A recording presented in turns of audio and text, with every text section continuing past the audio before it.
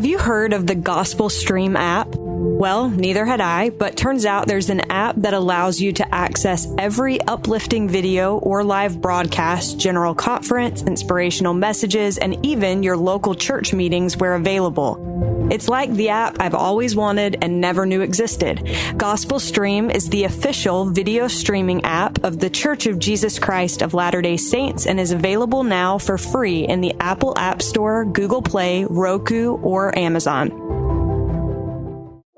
If you're like me, the word lament is one you've heard and have a vague idea of its definition, but I felt like a whole new world was open to me as I read the new book, Even in the Darkest Hour, Lament as a Path to God. In it, author Michael Huston writes, "Far from faithlessness and betrayal, a remarkable feature of lament is that through the process of lament, the one who laments doubles down on the existence of God and the reality of a covenant relationship by taking their heaviest burdens directly to the source of all life, God." So, what if it really is okay and even a form of worship to express when things are hard if we take those things directly to a God we believe in? Michael Huston currently resides in Central Maryland. He received degrees from Utah State University, American University, and Wesley Theological Seminary. Though he spent most of his youth west of the Mississippi, he has lived on the East Coast for more than 20 years. He and his wife of 23 years have 4 children. This is All In, an LDS Living podcast where we ask the question, what does it really mean to be all in the gospel of Jesus Christ? I'm Morgan Pearson, and I am so honored to have Michael Huston on the line with me today. Michael, welcome. Hey, thank you for having me. Well, I told Michael this in an email before we started recording, but as I have read this book that Michael has put so much time and effort and study into, I felt like I needed the message in the book. And so I'm actually so excited to be able to dig a little bit deeper into this topic as we talk today, Michael. But my first question for you, as I read the book, I was so intrigued to know what sparked your interest in this topic of lament. And just to kind of lay the groundwork for those listening, I wondered if you could share with us what is lament. Sure. No, this is actually, I'm glad you're starting with that question because this actually is kind of framing for a lot of the conversation that's going to follow. If you don't mind me doing a little bit of personal history because this all plays into it. I grew up in the LDS church. I was, my parents joined when I was very, very little. But so functionally I've been born and raised in the church. And there came a time when I really was thirsty, hungry. I needed something. And after a lot of conversation with my wife, I decided to go to Wesley Theological Seminary, which is a Methodist seminary in DC. And so what I would do is at the time, my kids were getting older. I was working full time. I would leave work, go to Wesley at night, study there, and then come home. And over the course of a couple of years, I finished my master's there. One of the courses that I took was an introduction to the Old Testament. It's a year-long course. It's required for every seminarian. And we got to the wisdom texts, the Psalms, Ecclesiastes, Proverbs. And the teacher that I had was a lady named Denise Domkowski-Hopkins, who had written a book about the Psalms. And she was introducing the Psalms to us. And one of the things that she talked about in the course of this sort of survey was the lament psalms. And I will admit that my only real familiarity with the word lament was the book Lamentations, which for the most part we skipped, right? In gospel doctrine, even in seminary, we kind of yes, and Lamentations, and then we would move on. And so it was really foreign to me. And so she was like, this is lament. Lament is faithfully complaining to God. And I just thought, wait, what does that mean? And so she started to unravel this and explain that in the Psalter, in the book of Psalms, which are, just prayers or songs, there were all different kinds of psalms, which I had kind of known, I guess, but hadn't really sort of unpacked. And she was like, there are praise psalms that praise God and say how wonderful God is. And there's a bunch of them, and you can find them here. And then she would list them off. And she's like, and there are thanksgiving psalms where they, you say how grateful you are for things, and they would list them off. And she's like, and there are lament psalms. And lament is the way you worship to God from within pain. And she explained that, when everything is wonderful, we praise. When we're grateful, we offer thanks. And when we hurt, we lament. And all of them are ways of worship. They're just different modes. They're different languages of worship. And it floored me because I had never, ever heard that in my worldview, right? And I grew up, like I said, in suburban white America, LDS church, right? Like in my worldview, worship always ended with an exclamation point. That's how it sounded at church. Everyone talked about how great everything was. And even if you felt bad about it, you always end it with like, but everything's going to be fine, or but God has a plan, right? Like everything always concluded with an exclamation point. I had never considered the notion that one could worship through expressions of pain. Like it was a brand new idea to me. And when I heard it, I say this in the book, that it felt like I had exhaled a breath I had been holding for a very long time. Like I didn't realize how much I needed to be able to say to God when I was hurting, but not say, I'm hurting, but I know everything will be okay, right? Like not to caveat it, just to be able to say, I hurt. And that expression itself was actually a form of worship. And so, like I said, that for me just was groundbreaking. Then what happened was later on, I graduated, this was sometime later, I was leading a discussion and we were talking in Sunday school about section 121. And section 121 starts with 6 verses of lament, where he's like, oh God, where are you? Why are you hiding your face? Why do you let all of these bad things happen?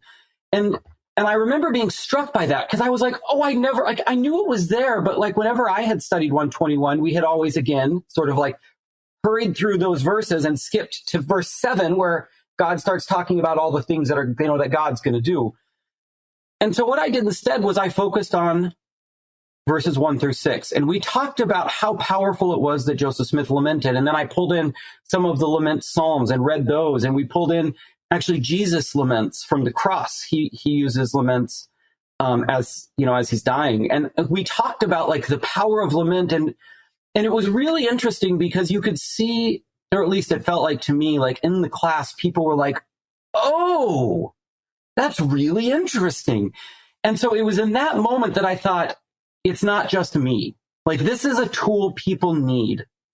And so I went home and wrote the book. I mean, that was like that's kind of how I got here. And it was, my experience has been that people who have come across this idea, like the LDS folks I go to church with who have come across this idea, who have read the book, almost universally say, I didn't know I could do that. And I feel like that's both on one hand really unfortunate, but on the other hand, I'm really glad that they know now. Well, I completely agree with the fact that it feels like when you understand what you just described as being lament, it does feel like, oh, like that's okay. Because I think that we are so wired within our culture to be optimistic. And we have reason to be optimistic and hopeful. We talk often about an eternal perspective, and I think that that's important, but that doesn't mean that there's not space for some things to be hard. And I actually just had a conversation this last week with some friends, and we were talking about kind of just this being a more difficult season for a couple of us. And one of my friends said that her sister-in-law often reminds her that no flower blooms in every season. And so I think it's important to recognize like there may be seasons of lament. There may be seasons of this optimism and enthusiasm. And like you said, there are places for all those different kinds of worship. Okay, now that we've talked, Michael, about what lament is, you talk about how there's a specific structure to lament in the scriptures. Can you share a little bit about what that structure is so that maybe people can recognize it more when in their own study? Sure. Yeah. And what I'm going to describe is lament as we see it in the Psalms, which again are very structured. So like they're built to be this structured. And what's interesting is once you start to see the structure in the Psalms, then you can kind of transport it outside and go elsewhere. But lament generally has four parts. There's the address, dear God. There's the complaint. Why is this happening? And in the Psalter, it's all kinds of different things. Like, why are my enemies prevailing? Why do I feel so sad? How come my crops are failing, right? Like, all of those things happen. Then there's the petition. Basically, it's a challenge to God to be God. It's like, okay, so if you're God, fix it. And then there's the motivation. Because I need this, because I'm hurt, because my family's hungry, because if you don't act like God, then maybe they'll think you're not powerful, right? Like those are the portions of lament. And again, what I think is fascinating about that is it's worship. It's how you worship when you hurt. You go to God and you say, God, I hurt. This thing is happening. Why aren't you acting? And then all of the laments, except one or maybe two, have a thing called the turn, where eventually the person who is lamenting is able to turn to praise. They eventually get there. There's a confession of trust.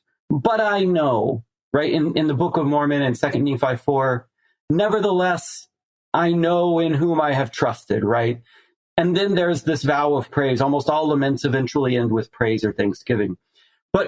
But what I think is interesting is we have to remember that just because the sort of the complaint portion of lament and then the turn portion of lament in our scriptures all happen next to each other because it's a compressed text, we need to remember that in our own lives, those things don't always happen temporally next to each other. Often there's a big gap between the expression of lament and the turn to praise. And even in the scriptures in Psalm 88, there is no turn.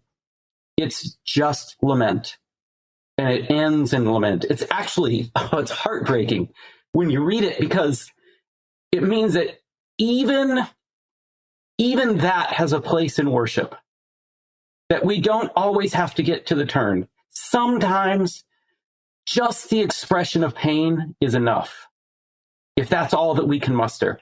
And I just think once you start to sort of grab that, it just feels so raw. Like there's a visceral almost reaction that happens when you get to that moment. Anyway, I've sort of strayed off course. That's the structure of lament, and then we can find that structure in lots of different places. Okay, this is so good. I already feel like I'm learning so much.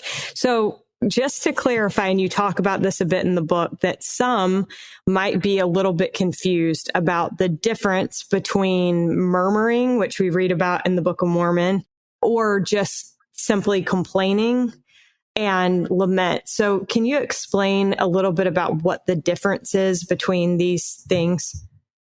Yes. And I'm really glad you asked that question. It's a question that's actually important to take head on. So probably the most thorough examination of murmuring is Neal A. Maxwell's talk, Murmur Not, so everyone can go look that up. And in it, he describes murmuring with sort of three parts. He describes it as a complaint about God intended to provoke others that does not expect a response. That's what murmuring is. It's when you complain about, like, can you believe God did this to us? Look at us now. I mean, we're in a bad spot. So, but there's no expectation that God's either hearing or is going to respond at all. And that's what you see. I mean, that's sort of like classic Layman Lemuel talking, right? Is the complaining about God intended to provoke without a response. Lament is exactly the opposite in every regard. It is complaint, but it is complaint directly to God. And it's not intended to provoke other people. It is intended to petition, and it is premised on a rock solid faith that God is both listening and will eventually respond. And I think that when you start to that difference is actually quite stark, because if you think about, again, Lament and Lemuel and Nephi as sort of opposites, Lament and Lemuel were like, God did this to us. It's really awful. You should think it's awful too. And he doesn't listen anyway. And Nephi is like, God, why is this happening? I don't understand. I believe it can be different. And those are very different. And the murmuring is just that. Lament is actually a form of worship. But it's because it's directed to God. And it's premised on faith at its core. So murmuring essentially is talking about God behind his back. Yep. Yep. I think that you did such a great job explaining that. Okay, so you talk in the book about how the point of our life here on earth is not to avoid sadness. And you say that expressing sadness and grief can be an act of faith and worship, which is what we've kind of been talking about up to this point. But why would you say that experiencing and also expressing sadness and grief is a crucial part of our mortal experience? Yeah, I mean, listen, we live in a world where it seems like the highest good is avoiding pain. That if we just do enough, whatever, fill in the blank, if we run enough or eat well enough or whatever, that we can avoid pain, sadness, tragedy. And that, we know that's not true. The best of the best experience pain, sadness, and tragedy, just like the worst of the worst. We all go through it. And it was always intended to be this way, right? Modern scripture talks about life as an opportunity to be proven, which implies hardship. And in 2 Nephi 2, Lehi talks about the contrasting of the bitter and the sweet, and that, the joy and misery, that without the one we can't experience in the other. And if we are not willing to accept the fact that we will have sadness, we can't really embrace the reality of happiness. The two are so connected that they can't be broken apart.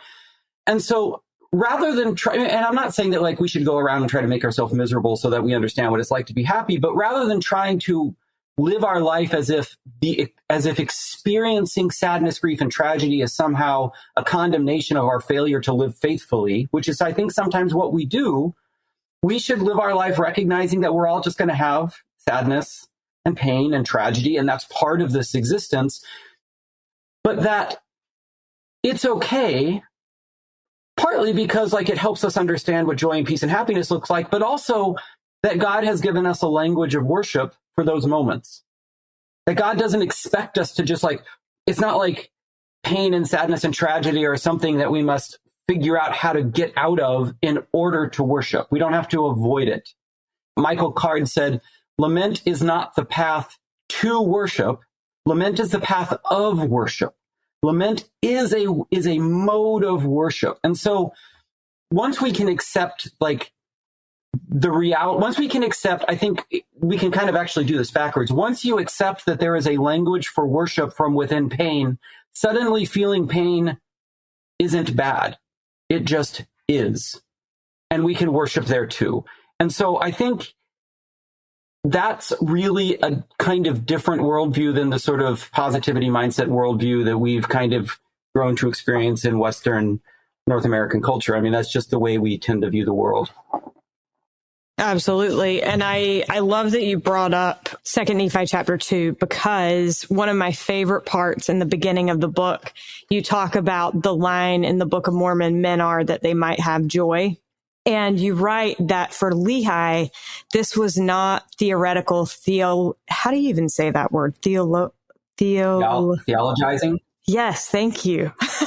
I was like, I'm going to put that in there, but I don't know how to say that word. But I loved that you said what you said about this idea of the word might in that scripture, and that this for Lehi was something that he was intimately familiar with. Could you share with listeners what you wrote about that? Sure. Let me take a second to talk about Lehi, because that was actually kind of a discovery I made in the course of writing. I hadn't really sort of put this together in the way that I did until then. Lehi's a really interesting cat because, like, on the one hand, he was he had this vision of the tree of life. He tasted the fruit. He knew what it felt like to have God's redeeming love. But he also knew at the exact same time the anxiety of having children that he was worried about. He knew what it was like to feel God's revelatory power in Jerusalem, and he also knew what it was like to be outcast, right? Both of them existed at the same time. And as he's close to dying, he talks about how he's filled with great anxiety for his children at the same time that he feels embraced by God's eternal love. And so I think Lehi sort of embodies this duality of happiness and sadness in a way that maybe we don't truly appreciate often. And in his blessing to Jacob in 2 Nephi 2, we get the sort of maybe the most famous verse ever, right? Men are that Adam felt that men might be, and men are that they might have joy. And we read, in 1828 English, might it's the preteritive tense. Like, there's grammarians out there who are going to quibble with what I'm about to say. So just to be like, yes, I get it. It's a preterite tense, and it was meant to say they have the freedom or power to do it. Like, Adam felt that men might be. He is free now to do it. And men are that they might have joy. In other words, they have the power to have joy. All true. But I play a little word game talking about the word might. And in our, the way we use the word might now is to introduce ambiguity, uncertainty. Like, if someone says, did you go to the store? And you answer with, I might have. Suddenly we don't know if you went, right? And I think it's interesting that of all the ways that scripture could have been, communicated in English, will have, ought to have, must have, he uses the word might have. And I feel like what I suggest is that we live in a world of mights, that joy is not the inevitable outcome of this existence. Sometimes misery will be there too. And that if we read Adam fell that men might be and men are that they might have joy, to say that somehow just living good enough will mean that you will always be happy, I think we do ourselves a disservice. I think we should lean a little bit more into the word might and say, men are that they might have joy, but they might not. And that's okay. And I think that reading actually resonates with the rest of the scripture, with the rest of 2 Nephi 2 anyway, where Lehi is very clear that sadness and happiness, joy and misery go together, and that to sort of privilege the one over the other is to miss kind of the point of all of it in a lot of ways. So interesting. Okay. There's so many things from this that I want to make sure that we get to. So I'm just going to keep moving. You talking is better than me talking, but you have a whole section in your book about what lament might look like, not only personally, but in our families, in our church congregations, and even in our communities. So I wondered, how does this look for you personally? And how does it look in a community in which you're involved? Yeah, so that's an interesting question. I will admit that, and I'm going to give Desiree Book credit for this one. When I wrote the book, I actually didn't have any real personal examples because I'm not, like, as a human, like, I don't lean that way. So they came back and they're like, this is great. You need to provide some personal examples. And I was like, oh, okay, fine. And it was actually really, really hard because those moments are tough, right? Like, talking about lament requires talking about the times when you felt vulnerable and exposed. Which is hard when that's not your natural personality. Yeah, well, and especially, again, I was raised to not feel that. And so it's really sort of pushing against my own kind of predilections. But in reflecting back, I think there were a couple times when I could talk about it in my own life and then in my small communities. But before I do that, let me say that I think a lot of people do this intuitively. I don't know if they know that they do it, where they'll express lament. Sometimes they feel bad about it afterwards because they don't know that it's okay to lament. But I think when I explain this, I think people will be like, oh, I've done that before. So probably the best example that encapsulates both is 9/11. I know that we have lots of different age groups that listen to this. I was a little bit older. I was in college when this happened. And for those of us who remember that moment, like it was like the entire world was thrown into uncertainty. Like we literally didn't know if we were going to be attacked again. I thought that the whole financial system was going to collapse. Like it was incredibly, incredibly scary. In my own life, the way that looked was me going to God and basically saying, right, in the following in the address, complaint, petition, motivation, like, God, why did you let this happen? I'm just trying to live my life and graduate from college and have a family. Can't you make this better? Because like I didn't know what I was going to do. And I asked a lot of hard questions of God because I started to realize that like all of a sudden I wasn't unique. In fact, the fact that I hadn't experienced that made me unique. Now I was just more like everybody else all over the world who had experienced trauma just like that, or worse, or closer to home. And so for me, that was a really sort of moment of me taking my pain to God. But what was powerful about that moment was that there were also spaces where we did it together. I remember going, because I was in college, they had a vigil because no one knew what to do. And we went and we sat on, the quad, and it was sunset, and, we were up in the mountains, and a member of the band, he played taps, and it like echoed through the valley. And all of us just kind of sat there, and we just kind of hurt together. And, there was power in that. And no one was trying to explain why it happened. No one felt compelled to say, but it's okay because God has a plan, right? It was just us sharing in pain. And it was even today, it moves me to tears thinking about it. Like it was a remarkably powerful moment. And what I think is interesting is, again, like at the time I didn't know what I was doing. Like it just felt right to sort of express these things by myself and to be with people and express them together. But upon reflection, I realized that I was lamenting. That's what I was doing, as I was expressing pain to God about what was going on, and in my own way, petitioning God to do something about it. So I think those are examples, I think, of how it works individually and in a community.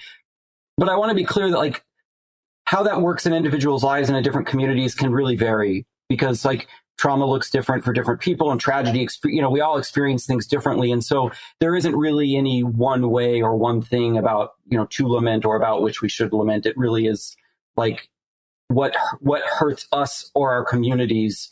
That is the subject from which we can build lament as worship. I love that example that you gave, because I think it hits home for, like you said, there are different ages that listen to this, and I'm sure that we have a younger audience who doesn't remember that, but I think many listening will remember that and how their own lament looked in that moment. You discussed that there is a danger in refusing to lament. I feel like we've talked about, so many of us try so hard to remain optimistic and to be positive, and we don't want to seem like we're complaining. But why is it important to lament?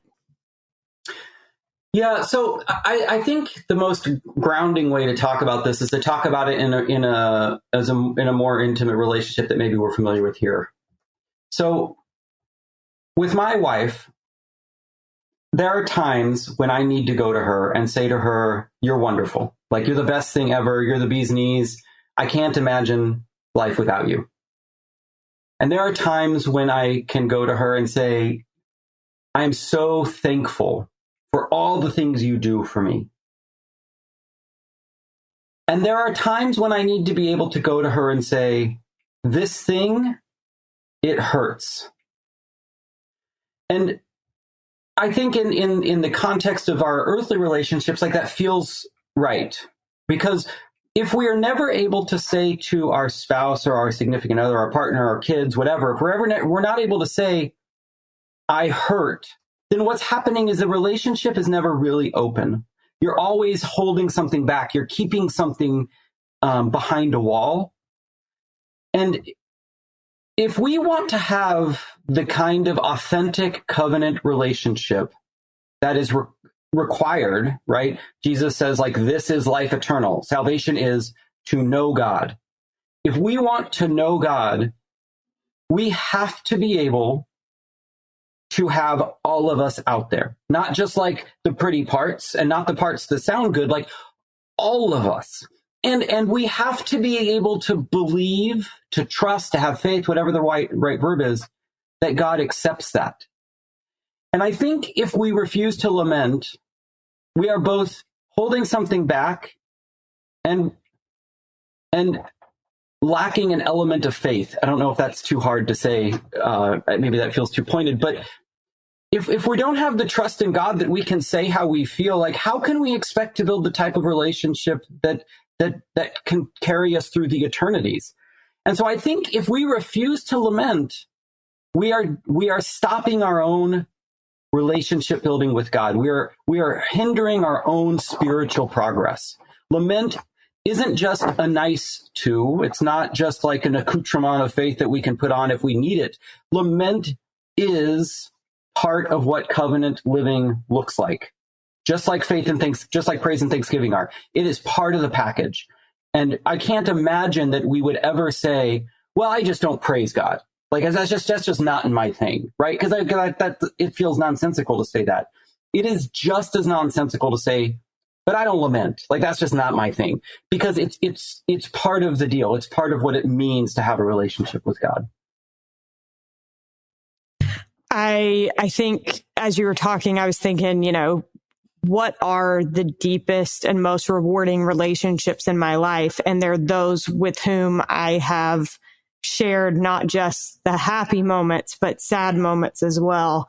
And so that makes a lot of sense to me. You discussed, Michael, how lament is a sacred space. What is it that sanctifies the space in which we lament? Yeah, this, I think, is really interesting. We sometimes use the word sacred in a way that I think is not always helpful. Sometimes we use the word sacred to mean like the most spiritual or the bestest, right? It's the thing that's cooler than the other things. There's like the sacred and then there's everything else. But in ancient Israel, right, like if you had to do a grain offering, you would go out and you would gather your grain, and some portion of it would be taken to the temple and some portion of it would be kept at home. The portion that was taken to the temple became sacred. The stuff that was left at home became profane. It's not that like one was better than the other. It's not like these stalks of grain were the best stalks of grain and these were the worst. It was just one was given to God and one wasn't. That was the difference. What lament does is it allows us to take the thing we already have, which is our pain, our anguish, our sorrow, and it allows us to take them and proverbially package them up and then take them to the altar. And in the act of doing that, in the act of taking our pain and wrapping it up and taking it and handing it to God, the pain becomes sacred. It becomes an offering. It becomes a space of sacrifice, because now we are taking a thing that was ours and we are giving it to God. And I think that is what I mean when I say that lament can become, in a sense, it is the most sacred of offerings, because like you said, it's those moments when we are most vulnerable, most exposed, most uncertain, when our legs are the shakiest. We're taking that and we're saying, God, this is all I have left, is just this. And then you give it to God. And in my mind, like, there is no more special thing that we could give God. There's nothing more sacred than giving God the things about which we are most uncertain about. That's beautiful. It made me think, I just taught Sunday school yesterday and we were talking about Enos, and we talked about how there are multiple prayers in the scriptures in which somebody designates a spot to go and pray to God. And so whether it's Enos going into the forest or Joseph Smith going into the sacred grove, and it's like, well, what is it that makes those spaces sacred. The sacred grove was not sacred until Joseph went there to pray. And so I think, to your point, like, it's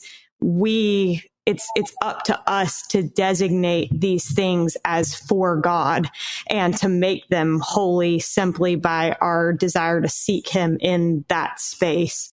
You ask the question at the end of the book, what comes after lament?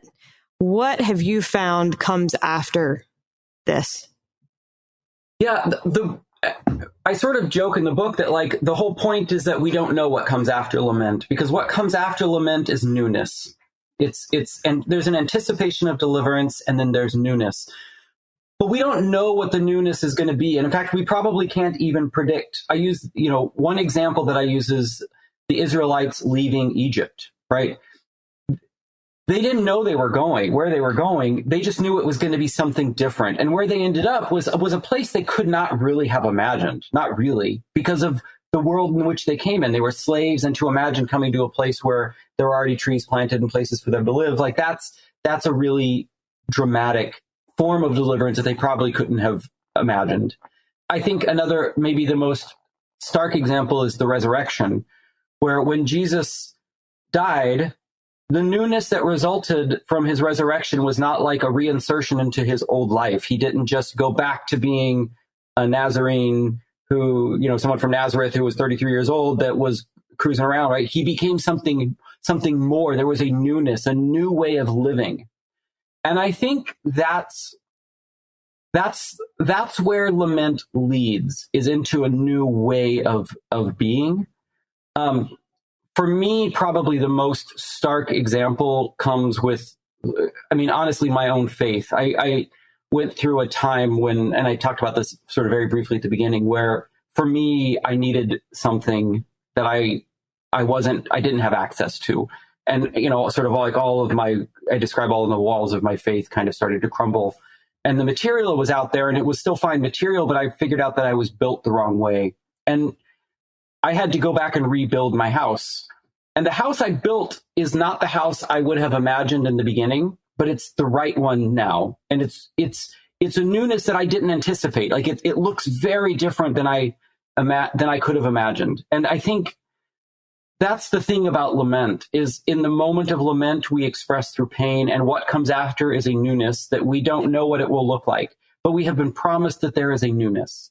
And it's sort of that, I think Pope Francis actually said it, that hope is an anchor we throw into the future. That's kind of what lament offers. It's the anchor we throw into the future, and where that will guide us is sometimes a little uncertain, but it's always going to be good. That's very well said. Speaking of faith, I thought it was so interesting that at the end of the book, it feels like the book is essentially over. And then you have one last brief note about lament and, in quotes, faith crisis. Why was this important for you to include? Yeah, so some of this, well, first of all, and I say this in the book, I'm not a big fan of the phrase faith crisis, but you put it in quotes, and it's right. Because it means lots of things to lots of people, but it's a useful shortcut to, signal like the notion that a lot of people who are members of the church are choosing to affiliate with other churches or no church at all. The reason I thought it was important is because I feel like, not for everybody, like I don't want to make global statements, but I feel like for a lot of people, the types of things that lead to those kind of moments of uncertainty, when we're faced with them, the choice is sometimes presented, maybe not this starkly, but sometimes this starkly, as, well, you just need to have faith, or you need to be, or you're faithless. It's a sort of like this either or, as if somehow praise, thanksgiving, right, is in a sense really the only answer. And I find that that's misguided, because what it presumes is that you can't have a relationship with God from the midst of uncertainty. At least that's what it seems to presume to me. And so, but that is exactly what lament is for. Lament is for moments of uncertainty. And I feel like if folks who are in that sort of like moment of uncertainty, of unsettledness, where things feel incoherent, realize that there is still a way and a language to hold to God. There's a way to talk to God from within that uncertainty. That there is a lot of pain that could be channeled differently. And I don't mean to say that like the purpose of lament is to keep people in the church, because that's not what it's for, but it's a spiritual tool that people just don't know about. And I feel like a lot of people who are in those moments of like really deep pain and sadness that sometimes accompany a faith crisis would benefit from the ability to say out loud to God, God, I don't understand. Why is this happening? Like, I feel like that's important to be able to say. So I guess it was in some ways, maybe that's a little more, closer to home, because I've seen my friends and others, go through those moments. And I feel like lament could have been a valuable tool for them. Okay. I just have one last question before we get to our all-in question. One last quote that I wanted to touch on from the book. You say, our spiritual heritage is one of a God who is as open to songs of praise as to songs of lament. God is strong enough to be our God in all seasons of our life. It's probably because of that whole no flower blooms in every season that this quote stuck out to me, because I've had that replaying in my mind over and over again. But I love this idea of a God that is a God of all seasons. I wondered, for you in your own life, how have you seen that God is a God of all seasons? Yeah. Listen, God is bigger than the boxes we build. And in my life, it is certainly true that I have felt God when I've been in a good place, when I've been praising and offering thanksgiving and like been in those moments of real elation. Like, I have felt God in those moments. But I think I can say with real, I think I'm trying to reflect on this. I think it's true that like the times when I have felt God's presence the most, like the most sort of like powerful acknowledgement that God has come when I had faith enough to be honest with how I felt in moments of pain. And it didn't make the pain go away, and it didn't fix the situation. But there was something about being able to say out loud that I hurt that really, for me, taught me what divine presence felt like. So that's a little bit of a non-specific answer, but, there's a lot of experience behind it. No, I think that's perfect. And it calls to mind for me similar experiences. So I'm sure it does that for everyone. My last question for you is, what does it mean to you to be all in the gospel of Jesus Christ? I think, this may not be terribly surprising based on the conversation we just had. For me to be all in is sort of characterized by like this notion of radical relationality. It is to be all in is to be in a relationship. It is to be connected to God. And the way that I connect to God is through other people and through creation. That's how I tie in. So to me, to be all in is to be in a relationship. That's what it looks like, is relationship. Michael, thank you so much. This has been such a good discussion, and one that I will be thinking about for a while. So I really, really appreciate your time. And I also appreciate the time that you put into writing this book for all of us. So thank you very much. Thanks for having me. And I appreciate the really good questions. We are so grateful to Michael Huston for joining us on today's episode. You can find Michael's book, Even in the Darkest Hour, Lament as a Path to God, in Deseret bookstores now. Thanks to Derek Campbell for his help with this and every episode of this podcast. And thank you so much for listening. We'll look forward to being with you again next week.